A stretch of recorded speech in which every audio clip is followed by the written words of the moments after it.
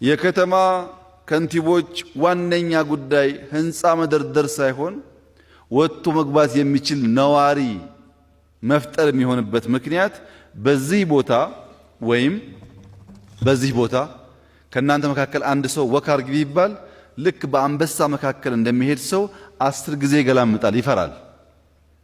በከተማ ውስጥ ብርሃን እያለ ሰው ሳይኖር ብቻህን ተንቀሳቀስ ብትባል ያስፈራሃል።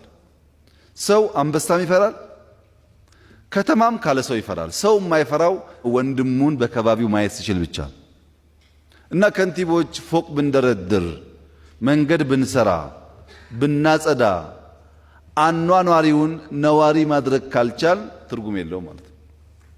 ትርጉም የለውም። ፎቁ ብቻውን የከተማን መመዘኛ አያሟላም።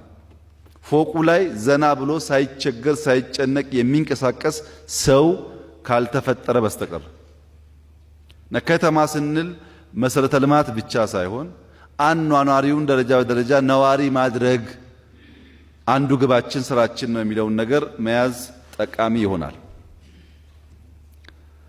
ከተማ ለሰው ነው የሚሰራው ሲባል ሰው ማለት ኮንዶሚኒየም ተሰርቶ ሲሰጠው ብቻ ወይም ስራ አግኝቶ ደሞዝ ሲበላ ብቻ አይደለም። የጎበኛችሁት የፍሬንድሺፕ ስኩዌር የተሰራው ከዩኒቲ በኋላ ነው።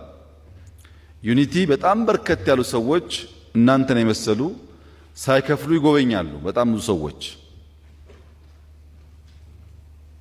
ነገር ግን እስካሁን ከፍሎ የጎበኛው ሰው 2 ሚሊዮን ይጠጋል። ከ400 ሚሊዮን ብር በላይ ገቢ ያስገብቷል ዩኒቲ ፓርክ። ወጪ ብቻ አይደለም ገቢ ያለው 400 ሚሊዮን ብር ከተከፈተን ያስገባው የዛሬ 20 ዓመት 15 ዓመት ቢኖር ስንት ያስገባ ነበር ብላችሁ አስቡ።